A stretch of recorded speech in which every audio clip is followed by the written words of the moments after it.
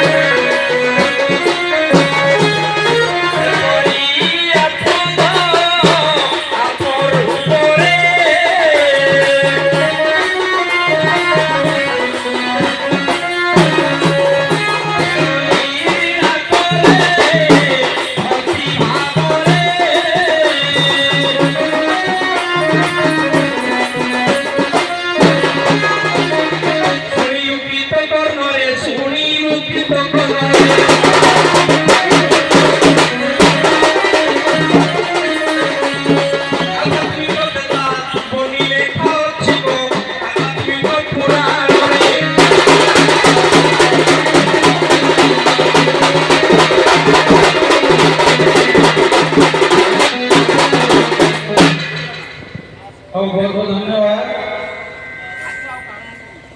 ହଉ ବହୁତ ବହୁତ ଧନ୍ୟବାଦ। ଆମେ ଚଳିତ ବର୍ଷ ବିଗତ ବର୍ଷଗୁଡ଼ିକ ଭଳି ଚଳିତ ବର୍ଷ ମଧ୍ୟ ଦୁଇ ଦଳ ଛୁଆଙ୍କୁ ଖେଳିଛନ୍ତି ରଣନୀତି ଏବଂ ସାମାନ୍ୟ ବ୍ୟକ୍ତିଗତ ପାଇଁ ବହୁତ ହୁଏ ଛୁଆଙ୍କର ଆସ୍ୱାଦନ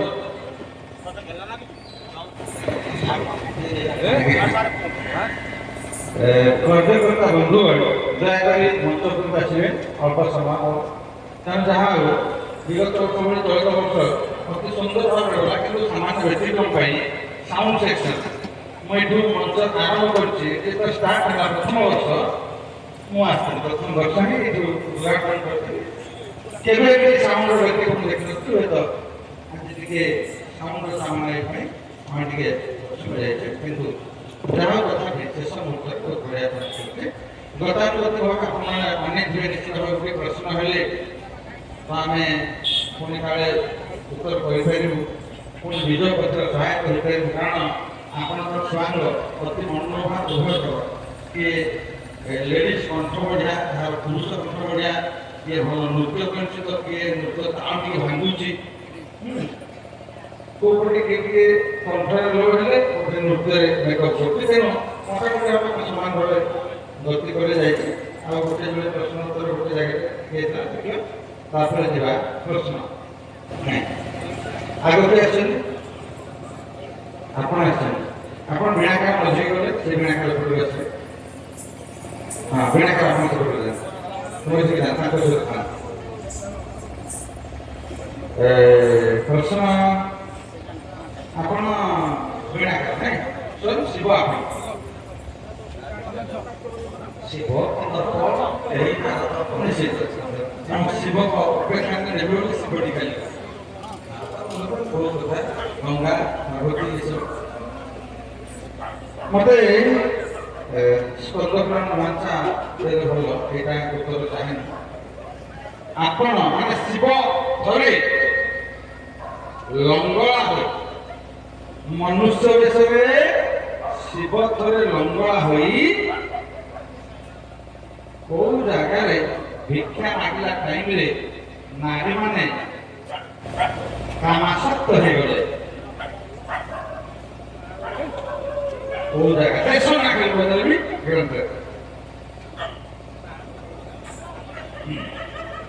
ଏ ଗୋଟିଏ ପ୍ରଶ୍ନ ଆଉ ଦେବିନି, ଯଦି ଉତ୍ତର ଆସେ ସେକେଣ୍ଡ ପ୍ରଶ୍ନ ଆଉ ଗୋଟେ ଦେବି। ଆଜ୍ଞା ଏହି କହେ ମା ପାର୍ବତୀ ବହୁତ ଉପରେ ତାଙ୍କର ସଖୀମାନେ ଥିଲେ, କିଏ କହେ ଶୁଣିନାହିଁ। ଦେଖନ୍ତୁ ଧୂଳି ଖେଳ ଦଉଛି ଆମେ ଜମା କିଏ ପାଣି ଧରିବାକୁ ଜମା ଉତ୍ତର ଉଠିବାନି, ପରେ କହିବି ଜମା ଜାଣିପାରିବୁ ନା। ପ୍ରଶ୍ନ ଉତ୍ତର ଆସିଲା ମାନେ ଆଉ ଗୋଟେ ପ୍ରଶ୍ନ ହବ, ଯେମିତି ଜାଣିଛୁ ପରିଷ୍କାର ଏହି ସମୟରେ ଦକ୍ଷରାଜାଙ୍କର ଆଜ୍ଞା ଅଭିଶାପ ଶାଶୁମାନଙ୍କର ପଡ଼ିବା ଦ୍ୱାରା ପାର୍ବତୀ ଆଜ୍ଞା ହିମାଳୟ ରାଜ୍ୟରେ ଜନ୍ମ ହୋଇ ଶାସ୍ତ୍ର କହେ ଅଷ୍ଟ ମାନେ ସ୍ୱର୍ଗର ପେଶାମାନଙ୍କୁ ନେଇ ଏହିଟା କହେ ପାର୍ବତୀଙ୍କର ଅଷ୍ଟସଖୀଙ୍କୁ ନେଇ ଗୋଟିଏ ଧୂଳି ଖେଳ ଗୋଟିଏ ବାଲୁକା ମାନେ ଯୋଉଟା କହନ୍ତି ଆମର ଲୁଚୁ ତାଳି ଖେଳନ୍ତି ଭୂଇକୁ ମାନେ କଣ ଏଇ କୁହନ୍ତି। ଏଇ ଧୂଳି ଘରଟାକୁ ଆପଣ ଯୋଉପଟେ ଗଲେଣି ମୁଁ ଜାଣିଲିଣି ସେ ଆସିଯାଇଥିଲା ପାର୍ବତୀ କି କେମିତି ଦେଇଥିଲେ ଶିବ ଏଇ ପ୍ରସଙ୍ଗ ଯାଉଛନ୍ତି ଶିବ ଧୂଳି ଭିକ୍ଷା ତାକୁ ଭିକ୍ଷା ମାଗିବା ଦ୍ୱାରା ମତେ ଖାଲି ସ୍ପଷ୍ଟ କହିବେ ସ୍କନ୍ଦପୁରାଣ ଦେଶ କୋଉ ଦେଶରେ ଏମିତି କଲା ଏଇଟା ପ୍ରସଙ୍ଗ ନୁହଁ। ଆପଣ ତା ବିଷୟରେ କହିବେ ଏତିକି କହିବେ ନା ଆପଣ ପ୍ରଶ୍ନ ଉତ୍ତର ରଖିବେ। ଶିବ କେଉଁ ଦେଶରେ ଲଙ୍ଗଳା ହୋଇ ଭିକ୍ଷା ମାଗୁଥିଲେ ଯେ ସମସ୍ତ ନାରୀମାନେ କାମାସକ୍ତ ହେଇଗଲେ ଏବଂ ଆଉ ନାଇଁ ବେଶୀ ବାଟ ଯିବେନି, ପରେ କହିବେ କାଳେ କିଏ ଧୈର୍ଯ୍ୟ କଥା ଆଜ୍ଞା କାଉଁରୀ କାମାକ୍ଷା ଦେଶରେ ଶିବ ଲଙ୍ଗଳା ହୋଇ ଭିକ୍ଷା ମାଗିଲେ। ହଉ ହଉ ନାଇଁ ସତ ଖାଲି ପାର୍ବତୀ ଗୋଟେ ବୁଝେଇବେ ପାର୍ବତୀ ଏ ହଁ ମାନେ ଖାଇବା ଆପଣ ଆସିଲେ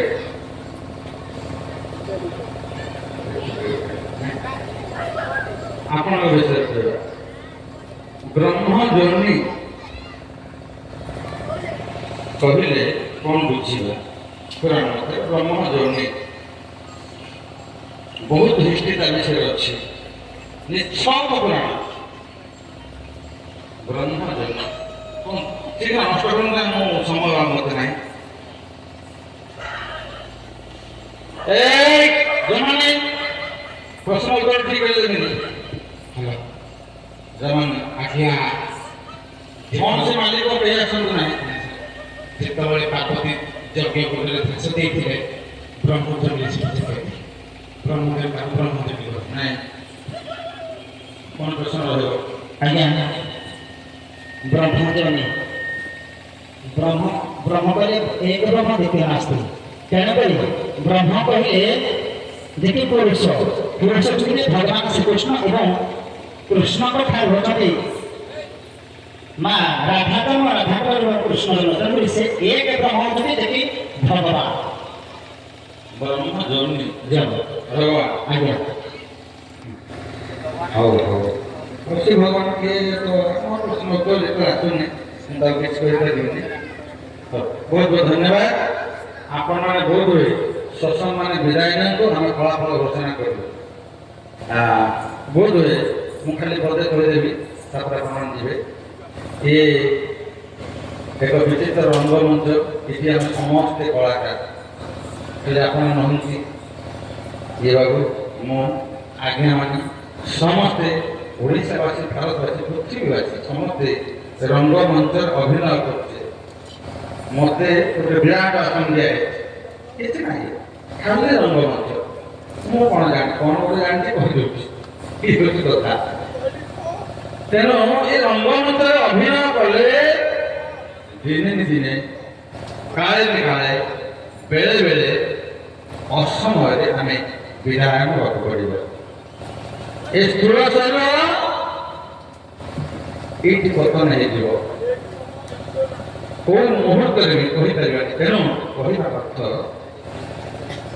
এই স্থূଳ ଶରୀର ପାଇଁ କେତେ ଅହଙ୍କାର କେତେ ସମ୍ପତ୍ତି କେତେ ଆଡ଼ମ୍ବର ଏସବୁ ନିମିଷକ ମାତ୍ର ତେଣୁ ଏ ସ୍ଥୂଳ ଶରୀରର ପୋଷଣ ପାଇଁ ଅବଶ୍ୟ ଆହାର ନିଶ୍ଚିତ ଭାବେ ଦରକାର କିନ୍ତୁ ଯେଉଁ ବେଶୀ ମୋର ମାନ ସମ୍ମାନ କଟିଗଲା ମୁଁ ଏଠି ହେଇଗଲି ସେଇଠି ଡାଉନ୍ ହେଇଗଲା ସେଇଠି ହେଲା ଏସବୁ ମୋ କଳାକାର କରିବେନି ବୋଲି ମୁଁ ଆଶା କରେ କାହିଁକି ସେମାନେ ଭଲ ଭାବରେ ଜାଣିଛନ୍ତି ବୋଧହୁଏ ମୋ ବିଷୟରେ କ'ଣ ଥାଏ ମୁଁ ଜାଣିନି ଅନୁଭବ କରନ୍ତି ସେ ନିଶ୍ଚିତ କିଛି ଗୋଟେ ଠିକ୍ଠାକ୍ କରୁଛି ବୋଲି ଭାବୁଥିଲେ ତେଣୁ ମୁଁ ପୁନର୍ବାର ସେ ଆଶା ରଖିବି ଉଭୟ ଦଳକୁ ଏବଂ ଆଶା ରଖିବି ଆମ ଗଞ୍ଜାମ କମିଟି ଭାଇମାନଙ୍କୁ ପୁଣି ପୁନର୍ବିଶ୍ୱାସ କରି ମୋତେ ପୁନର୍ବାର 4 ବର୍ଷ କାଳ ମଧ୍ୟ ଅନ୍ତର୍ଭୁକ୍ତ ଦେଇଥିଲି 6 ବର୍ଷ ହଁ କରୋନା ପଡ଼ିଗଲା ତା ଭିତରେ ମୁଁ ପ୍ରଥମ 6 ବର୍ଷ ପଳେଇଲା ପରେ ତାପରେ 4 ବର୍ଷ କାଳ ମୁଁ ଏଠିକି ଆସିନି ଚାହିଁଲେ ଭାଇମାନେ ଚାହିଁଲେ ନୂଆ ଦେଖିବେ କିନ୍ତୁ ପୁଣି ଅହଭାଗ୍ୟ ମୁଁ ଆପଣମାନଙ୍କ ଭଳି ବ୍ରହ୍ମଙ୍କର ଦର୍ଶନ ପାଇଲି ଅହମେ କଳୁଭାଗ୍ୟ କୋଟି ଜନ୍ମାନ୍ତିକ ପୁଣ୍ୟ କୋଟି ପୁଣ୍ୟ କରି ଯେଉଁ ବ୍ରହ୍ମଙ୍କର ଦର୍ଶନ ମିଳେ ସେଇ ସାକ୍ଷାତ ବ୍ରହ୍ମମାନଙ୍କୁ ସେଇ ସୁଯୋଗ ପାଇଲି ତେଣୁ ନିଜକୁ କୃତଜ୍ଞ ମନେ କରୁଛି ତେଣୁ କହିବା ଅର୍ଥ ଆପଣମାନେ ନିଜେ ଦର୍ଶକ ନିଜେ ଜଜ ଆପଣମାନେ ଯଦି କିଛି ବ୍ୟତିକ୍ରମ ରହୁଥିବେ କମିଟିକୁ ମଧ୍ୟ କ୍ଷମା କରୁଛି ଏବଂ ଉଭୟ ବିନାୟକର କାରଣୀ ମାନେ ପଦ ଯଦି କ'ଣ କହିବେ ବହୁତ ନା କିଛି ଆପତ୍ତି ନାହିଁ କିଛି ଠାକୁର ନିଅନ୍ତୁ କେତେବେଳେ କ'ଣ ଭାଗ୍ୟ କହିବ ଆପଣ କହିପାରିବେନି ଆପଣମାନେ ଆସନ୍ତୁ କଥା ନୁହଁ ଏ ଫଳାଫଳ ଘୋଷଣା ଅଳ୍ପ ସମୟ ମାତ୍ର 2-4 ମିନିଟ୍ ଯାହାକି ପ୍ରଥମ ଦିବସରେ ଆମର କୌଣସର ସହିତ ଢେଙ୍କାନାଳ ଆନ୍ଦୋଳନ ମଧ୍ୟରେ ବାସଦଣ୍ଡ ଅନୁଷ୍ଠିତ ହୋଇଥିଲା ତାହେଲେ ସମୟ ଟିକେ ବ୍ୟତିକ୍ରମ ହୋଇଥିଲେ ମଧ୍ୟ କିନ୍ତୁ ବହୁତ ମାତ୍ରାରେ ଦର୍ଶକ ଏଠି ଉପସ୍ଥିତ ରହି ଦଣ୍ଡ ନୃତ୍ୟକୁ ଉପଭୋଗ କରୁଥିଲେ ଆମେ ଏ ଅନୁଷ୍ଠାନ ସମସ୍ତ କଳାକାର ମାନଙ୍କୁ ବହୁତ ବହୁତ ଧନ୍ୟବାଦ। ଯାହା ହଉ ସେମାନେ ଆମ ଗଞ୍ଜାମ ନିମନ୍ତ୍ରଣ ରକ୍ଷା କରି ଆସି ଏଠାରେ ଗଳା ପ୍ରଦର୍ଶିତ କରିଛନ୍ତି।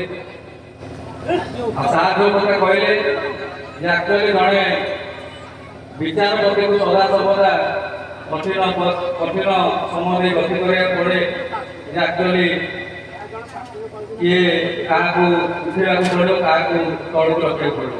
ତ ସେମିତି ତ ସବୁ ଜାଗାରେ ହୁଏ ଯେ କିଏ ଜଣେ ନିହାତି ଉପରକୁ ଯାଏ ଆଉ କିଏ ଜଣେ କିଏ ତଳେ ରହିଯାଏ। ତ ସେଇଟା ବିଧିର ବିଧାନ।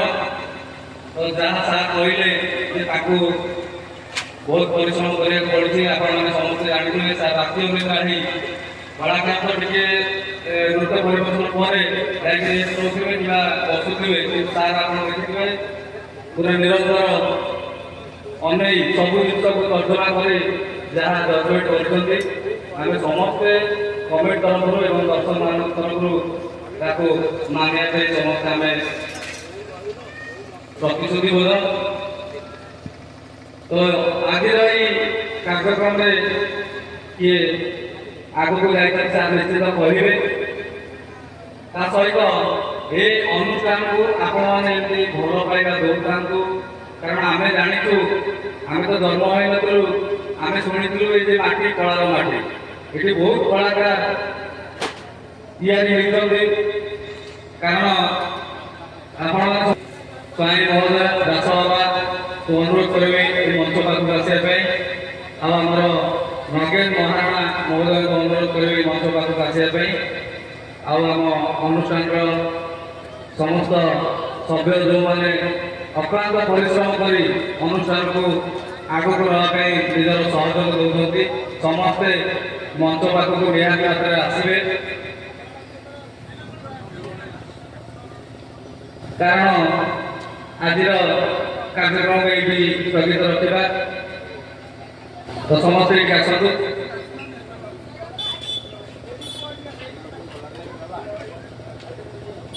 ବର୍ତ୍ତମାନ ମୁଁ ଅନୁରୋଧ କରିବି ଆମ ସାର୍ଙ୍କୁ ଆଜିର ଏଇ ଯାହା କାର୍ଯ୍ୟକ୍ରମ ହେଲା ତାର ଫଳାଫଳ ବା ଫଳାଫଳ ତ କୁହାଯିବନି, କାରଣ ଆମେ ସେମିତି କୌଣସି ଶିଳ୍ପ କିମ୍ବା କୌଣସି ପ୍ରାଇଜ୍ର ବ୍ୟବସ୍ଥା ଏଠି ନାହିଁ ଆମର। ଆମେ ସବୁବେଳେ କଳାକୁ ସମ୍ମାନ ଦେଇ ଆସିଛୁ, ଆଜି ମଧ୍ୟ କଳାକୁ ସମ୍ମାନ ଦେଉଛୁ। ତ ଏମିତି ଜଣକୁ ଜିତେଇ ଆଉ ଜଣକୁ ହରେଇବାର ଆମର କୌଣସି ଲକ୍ଷ୍ୟ ନାହିଁ, କୌଣସି ପ୍ରୟାସ ଆମେ ବି କେବେ କରିନୁ।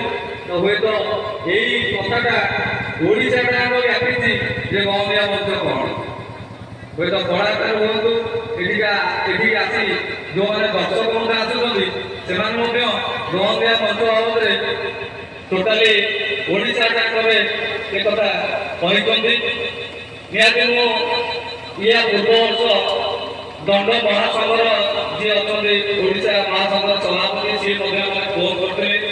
ସେ ବି ଆମ ଏ ଗହମିଆ ମଞ୍ଚ ବାବଦରେ ମୋତେ କହୁଥିଲେ ସେ କେମିତି ଜାଣି କଳାକାରଙ୍କ ଠାରୁ ଯେ ଯାହା ହଉ ଆପଣ ଗୋଟେ ଗହମିଆ ମଞ୍ଚ କରିଛନ୍ତି, ତ ବହୁତ ଉଚ୍ଚ କୋଟିର ମଞ୍ଚ। କାରଣ ଏଇ ପ୍ରଶଂସାଟିର ଆମକୁ ବହୁତ ଗର୍ବ ଅନୁଭବ କରାଯାଏ। ଯାହା ହଉ ଆମ ମାଟିରେ ଏଭଳି କାର୍ଯ୍ୟକ୍ରମ କରାଯାଉଛି ଯାହାକି ଓଡ଼ିଶା ସ୍ତରରେ ମଧ୍ୟ ପହଞ୍ଚି ପାରିଛି। ତ ସମସ୍ତଙ୍କୁ ସାଧୁବାଦ ଦେବା ସହିତ ଅନୁରୋଧ କରିବି ସାର୍ଙ୍କୁ ଆଜିର ଏଇ କାର୍ଯ୍ୟକ୍ରମ ବିରୋଧରେ କିଛି କହିବେ। ବହୁତ ବହୁତ ଧନ୍ୟବାଦ। ମା ଜଗତ ଜନନୀ ଦଣ୍ଡନୃତ୍ୟ କଳା ପରିଷଦର ସଭାପତି ତଥା କର୍ମକର୍ତ୍ତା ବନ୍ଧୁଗଣ ଏବଂ ଅନିଦ୍ରା ରହି ସମସ୍ତ କଳାକାରମାନଙ୍କୁ ସାହାଯ୍ୟ କରୁଥିବା ଜାଗ୍ରତ ଜନତା, ବିଶେଷ କିଛି କହିବାର ମୋର ନାହିଁ। ମୁଁ ଏ ମାଟିରେ ଏ ଜାଗାରେ ଏ ମଞ୍ଚର କଂସାରୀ ଘରର ପାଠ, ମୋତେ ସମସ୍ତେ ଚିହ୍ନିଛନ୍ତି, ସମସ୍ତେ ଜାଣିଛନ୍ତି। ବେଳେବେଳେ ମୁଁ ଆମ ଭାଇମାନଙ୍କୁ କହେ ଆଉ ଗୋଟେ ପାଣି ବୋତଲ ଆଣି, ନାଇଁ ଏଇ ପାଣି କରିବେ ଖାଇବି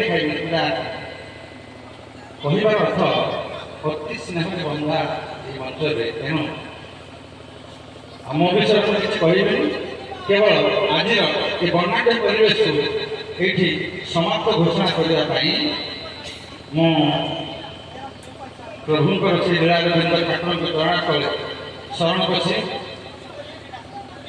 ଏଇ ଆଜିର ବର୍ଣ୍ଣାଢ୍ୟ ପରିବେଶକୁ ଶେଷ କରିବି। ଆଉ ହୁଏ ତୁମର ଟିକେ ସ୍ୱାସ୍ଥ୍ୟଗତ ପ୍ରୋବ୍ଲେମ୍ ପାଇଁ ମୋ ପାଟି ଟିକେ ବୋଧହୁଏ ଲାଗୁଥିବ, ଆପଣମାନେ ଅନୁଭବ କରୁଥିବେ ମୋର ଗ୍ଲାଣ୍ଡ ଅପରେସନ୍ ହେଇଛି। ସାଲିଭାରୀ ଗ୍ଲାଣ୍ଡ ଯେଉଁଟା ଲାଳ ପ୍ରବୃତ୍ତି କରେ ଯେଉଁଟା, ତେଣୁ ଟିକେ ସାମାନ୍ୟ ବ୍ୟତିକ୍ରମ, ଯଦି କିଛି ଶବ୍ଦ ବୁଝୁନଥିବ ମୋତେ କ୍ଷମା କରିବେ। ମୁଁ ବର୍ତ୍ତମାନ ସେ ପ୍ରଭୁଙ୍କର ଚରଣାରବିନ୍ଦରେ କୋଟି ପ୍ରଣାମ କରି ସଭା ସାଙ୍ଗ କରିବି ଏବଂ ଘୋଷଣା କରିବି। ଲୀଳାରବିନ୍ଦ ସମେନ୍ଦ୍ର କଳିନ୍ଦ ଚନ୍ଦ୍ର ନୀଳାମ୍ବରଞ୍ଜି ବନ୍ଧୁ ନୀଳାଚଳ ଧରୁଷୁର ମୁକୁଟାମଣି ନୀଳାମ୍ବରାନୁର ମହଂ ଶରଣାନ୍ଦ୍ରପଦେ ନୀଳାମ୍ବରାନୁର ମହଂ ଶରଣାନ୍ଦ୍ରପଦେ ନୀଳାଚଳ ନିବାସାୟ ନିତ୍ୟାୟ परमात्मने बलभद्र सुभद्र जगन्नाथाय ते नमः जगन्नाथाय ते नमः जगन्नाथाय ते नमः। ओम शनिश्चराय सदग्रहाय विशुद्धमन्तः मार्कण्डेयः सौभिः पंकुष्ठग्रहणाय ब्रह्मण्य कौर धर्मकण्ड ब्रह्मण्डन दितिः द्वादशैतानि नामानि त्रिसन्धं जपते तस्य विराट न परिश्रामि गोचरे धर्मलग्न वासवन्तर दशा सुचयति। श्री ब्रह्म परमात्मा परमेश्वर एवं ग्रहराज संसार समस्त मंगल ध्यान करिए बोल परमानंद कवार हरि हरि। तो आज चित्ताकर्षक आकर्षण उभय दल सुंदर भाव में स्वामी को आगे निकल के ताल पहुंचे किए ताल उपाय किए अति चमत्कार कंठ किए कम किए भल पोशाक किए किए खराब पोशाक उभय समान स्तर गला बेले गोटे दल गोटे उत्तर आसला जद्वारा आज जो 360 मार्क थिला एथिरु विशेष किसी फरक कराए ना जड़े 70% रखिला बेले आउ जड़े रखुची 69.79 तेणु मु आज बुझे केते फरक हम गोटे पॉइंट दिया तेणु मु आज